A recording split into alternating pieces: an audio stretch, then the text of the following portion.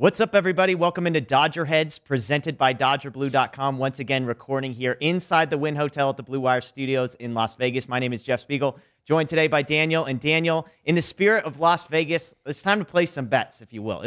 We got a week of games under our belt. We're dealing with some small sample sizes, but hey, it's gambling, right? So let's put some bets here. We're going to do some overreactions to what we've seen, some bold predictions for the rest of the season. Last year, you and I both made some. I did okay. Kenley Jansen having a bounce-back year was my success.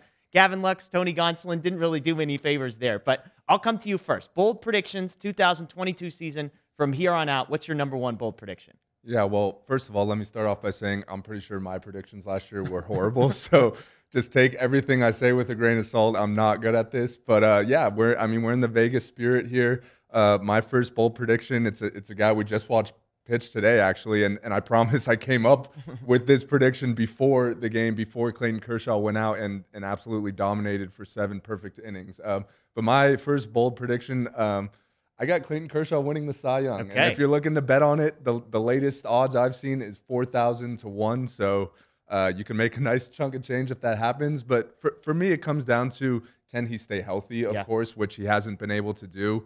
From what we've seen so far, it looks like they're taking the correct preventative measures to make sure that happens. Yeah. I'd say, taking him out after 80 pitches in a perfect game is looking out for his health. But from everything we've seen out of him from the beginning of spring training, he's looked awesome. Yeah. He's feeling good. His slider just looks absolutely devastating. He's throwing the changeup now. So I still think, this could very well be his last season. I hope not, but I think he's going to have a big year. Just as long as he can stay healthy. So I really like the value you could get there, 4,000 to 1. You don't have to bet a lot on that, and you're going to make a lot if it does, come true. So plus 4,000, I think it is. So 40 to 1. But yeah, I mean, from a value perspective, and plus he's got the narrative, like it's Clayton Kershaw. If he has a successful season, is in the running. Yes, he's won them before, but man, Clayton Kershaw late in his career, dominating. If he's in the running, you could see sort of the media get behind that one. So yeah, I'm with you. I mean, I wouldn't necessarily say I think he's going to win, but 40 to 1, we saw how he looked today. You've got the narrative. It's kind of like if he can stay healthy, then you like what you have there. I'll go with mine, sort of staying in the pitching one and going in a different direction. Andrew Heaney, sub 4.00 ERA is going to be my bold prediction. That would be the first time he's done that since 2015. We know this is a guy that the Dodgers prioritized. He was the first free agent to sign basically in all of Major League Baseball, comes to the Dodgers on an $8 million deal. The spring was terrible, okay? We could just be honest with that. Like, that we didn't see much in the spring to suggest that he was going to be great. He comes back in his first start against the Twins. He's very good in that one. Yes, it's just one start, but the overall bet I'm making with Heaney is I'm betting on the Dodgers front office. I'm betting on the scouting department saying, we need to go get this guy. We believe in his tools and their ability then to take those tools and develop them. So am I betting on what I've seen? Not necessarily, although I'm encouraged by his first real start, maybe making me believe, hey, maybe he was just testing some things out in the spring, but I'm betting on the Dodgers scouting and saying this is a guy we want to go get. I'm betting on the pitching coaches, Mark Pryor, those types of guys to be able to develop and unlock Andrew Heaney. So Andrew Heaney under 4.00 ERA. You in on that one? I don't know if I'm in on that one. I will say, though, like, if there's any organization that could, make it work and he could turn around, it is the Dodgers. They've proven it time and time again.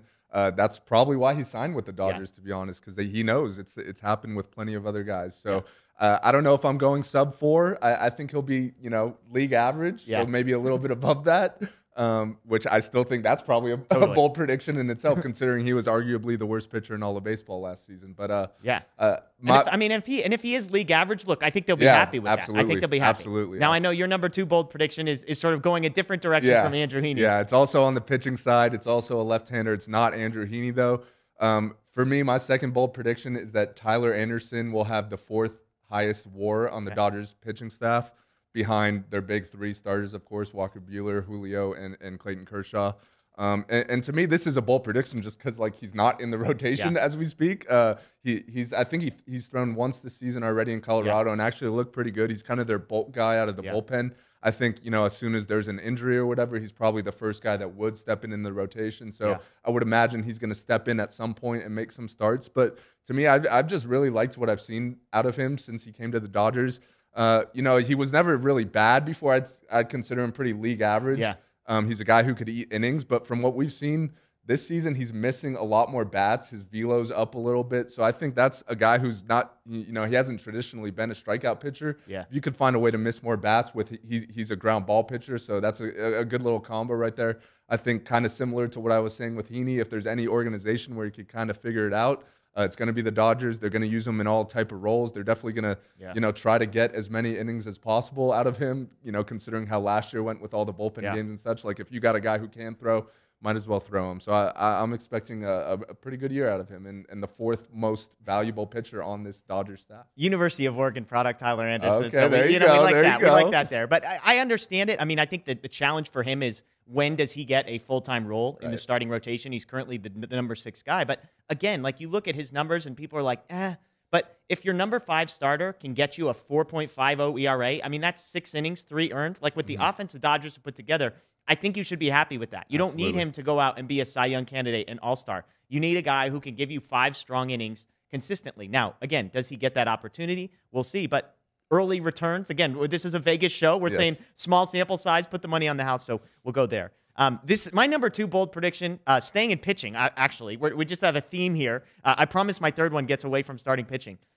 This is my spiciest of all of them. I'm going to just preemptively say that. But I think Bobby Miller makes a playoff start for the Dodgers this year. Wow. So a guy who's the number 1 prospect in the Dodgers system right now, according to most folks. It's a guy who is touching 101 miles an hour. But the key to me was that Freeway Series game. The Dodgers give him that last start of spring against the Angels in Dodger Stadium.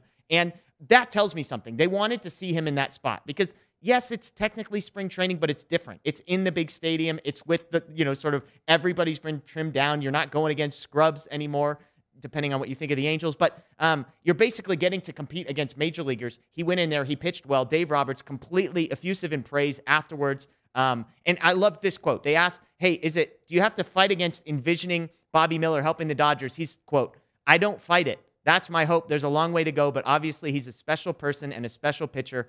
Let's hope we can see him later this summer. So if you've got a guy who's throwing 101 miles an hour and who showed well in his one sort of audition thus far, who knows? End of the season, you're looking for a guy that can give you 3 or 4 high-quality innings rather than the bulk guy like a Tyler Anderson maybe. I like Bobby Miller making a postseason start for the Dodgers. Hey, look, it'll be harder to find someone higher on Bobby Miller than me. I guess maybe you. I don't know if I'd put him in the rotation in the playoffs, but I could definitely see him in like a relief role. Obviously, you mentioned the velocity that plays up in October. Yeah. We'll see how he does. I think he started in Double-A, so he's kind of gonna have to work his way up a little bit. But hey, the future is definitely bright for him.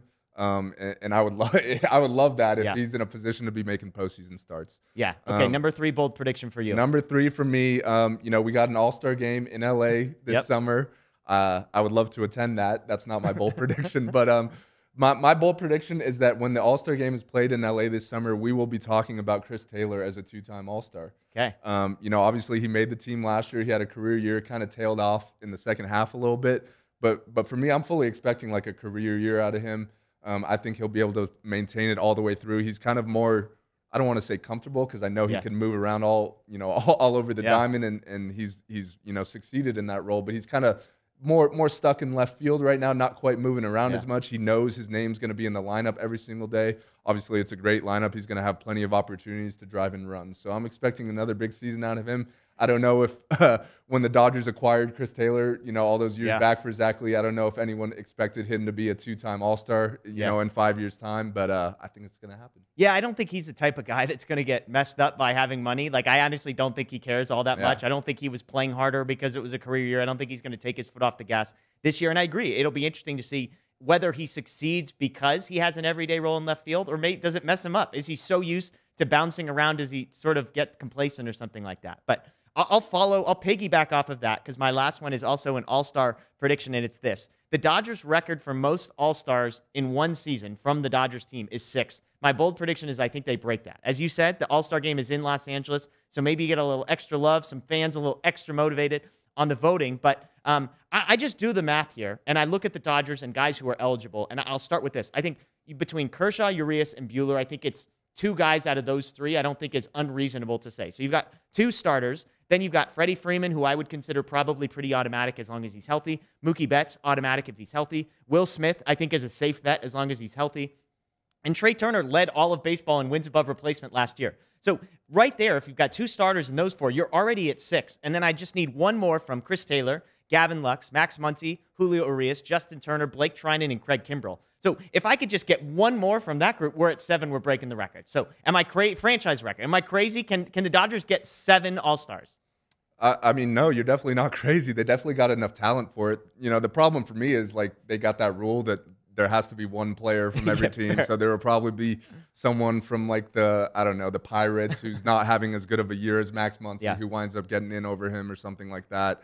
And you mentioned the injuries real quick. Like we don't know who's going to be healthy or not. Yeah. So you mentioned 8 or 9 guys. If 2 or 3 of them get hurt, they might not reach that 7 All-Star threshold or whatever. But hey, I'd love to see it. Like I said, I plan on going to that game, and I would love to see as many guys in blue there. That's for for sure. Well, and I should mention, obviously Dave Roberts not getting to sort of pick some of the replacement players this year. No role Brian there, so Snickers that hurts. Will be the managers. Yeah. All right, let me close it out with some quick hitters here. I've got 5, and this is just one-word answers here, sort of predictions for the upcoming season. The first one, Trey Turner, extended or not extended before the end of the season. He said he's open to discussions. They have no agreement yet. He said he's open to it. Does he get an extension done before he hits free agency?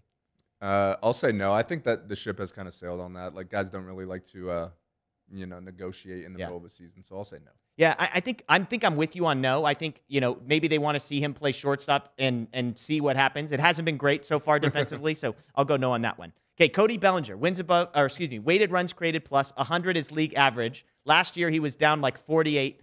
Every year in his career before that, he was well above 100. Is he over or under 100 this year in that category? Well, I know what you're probably going to say, so I'm going to say yes. I still believe in Cody. I think a lot of his issues are mental.